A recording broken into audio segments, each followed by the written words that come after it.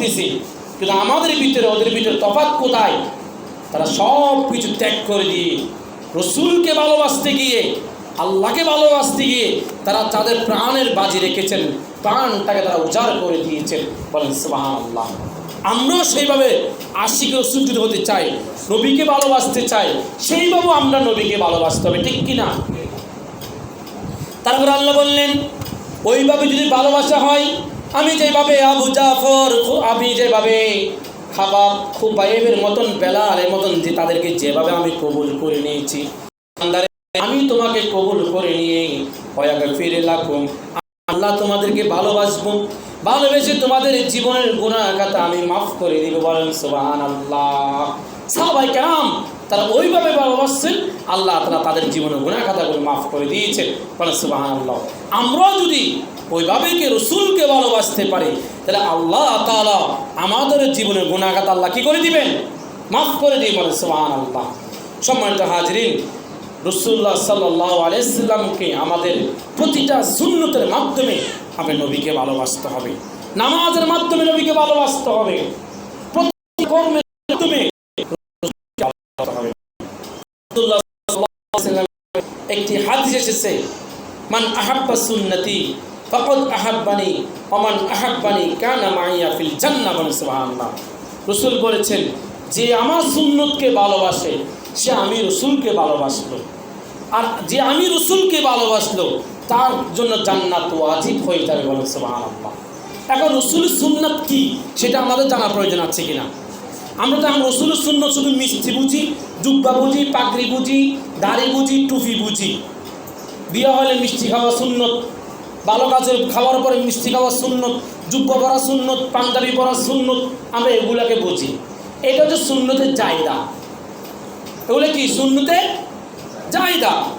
অবশ্যই দাঁড়িয়ে রাখতে হবে, টুপি দিতে হবে, জুব্বা পড়তে হবে, পাঞ্জাবি পড়তে হবে, নবী সুন্না।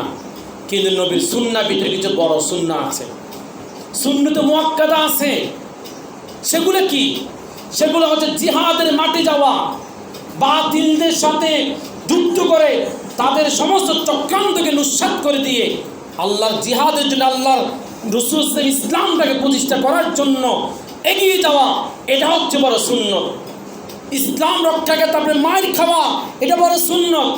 আপনার শরীর থেকে রক্ত ঝরা, এটা বড় সুন্নত। জেলে যাওয়া, এটা বড় সুন্নত। দাঁত পড়ে যাওয়া, এটা বড় সুন্নত। এখন আমরা বড় সুন্নত বাদ দিয়ে ছোট সুন্নতগুলো টান দিচ্ছি। আমরা মধু খাইতেছি, আমরা মিষ্টি খাইতেছি, জিলাপি খাইতেছি, বিরিয়ানি খাইতেছি, আমরা পাঞ্জাবি করতেছি, কিন্তু ওই যে রক্ত দেওয়ার বেলা আমরা নাই, দমদম করে যাওয়ার বেলা আমরা নাই, জেলে যাওয়ার ব্যাপার আমরা নাই। তা আল্লাহকে আমাদেরকে এমনি ভালোবাসবেন? আল্লাহ আমাদের কেমনি ভালোবাসবে? আল্লাহ যে আমাদেরকে এতটুকু পর্যন্ত দিয়েছে, এটাই শুকরিয়া। সাহাবায়ে কেরাম ঈমানের পরীক্ষা দিয়েছেন, আমি আপনাকে ঈমানের পরীক্ষা দিয়েছি, জিহাদের পরীক্ষা দিয়েছি। কোরআন আল্লাহ তাআলা বলছেন, বান্দারা শোনো, আমি তোমাদের কিভাবে জান্নাত দিব। জান্নাত কি আমি এমনি দিয়ে দিব? আমি তোমাদেরকে পরীক্ষা করবো না, আমি তোমাদেরকে পরীক্ষা নিরীক্ষা করে আমি তোমাদেরকে জান্নাত দিব। তোমরা কি জিহাদের পরীক্ষা দিয়েছ, ঈমানের পরীক্ষা দিয়েছ, মালের পরীক্ষা দিয়েছ? কোনো পরীক্ষা দাও নাই, তোমরা কি করে জান্নাতের আশা করো? আল্লাহ বলেছেন, পরীক্ষা দিয়ে আমি তোমাদের জন্য জান্নাত তারা কিছু বলে। সুবহানাল্লাহ। আল্লাহ তাআলা আমাদেরকে যেমন নাস্তিকেরা, ইহুদিরা, কাফেররা যখন আমাদের ইসলামকে নিয়ে ষড়যন্ত্র করে, নবীর সম্মানকে নিয়ে যারা ষড়যন্ত্র করে, ইনশাআল্লাহ আমরা সব ঐক্যবদ্ধ হয়ে রসুলের পক্ষে, রসুলের সম্মান প্রতিষ্ঠার ক্ষেত্রে আমরা জিহাদ করব, ঠিক কিনা? আল্লাহ তাআলা আমাদেরকে কবুল আমিন বলেন। তারপর আল্লাহ রসুল বলেছেন, মান আহাব্বা সুন্নতি, যে আমার সুন্নতকে অনুসরণ করলো সে আমি নবীকে ভালোবাসলো, আর যে আমি নবীকে ভালোবাসলো আমি তার জন্য জান্নাত ওয়াজিব হয়ে যাবে। বলেন সুবহানাল্লাহ। এই যে আমরা রসুলকে সম্মান, হাজির রসুলকে ভালোবাসতে হবে। যখন রসুলের সামনে কটূক্তি করা হয়, রসুলের সম্মান নিয়ে যখন অপমান করা হয়, আমরা সরাসরি ডাইরেক্ট জিহাদের মাঠে নামে যাব, আমরা প্রতিবাদ জানাবো। আল্লাহ তাআলা আমাদেরকে বোঝায় সেই তো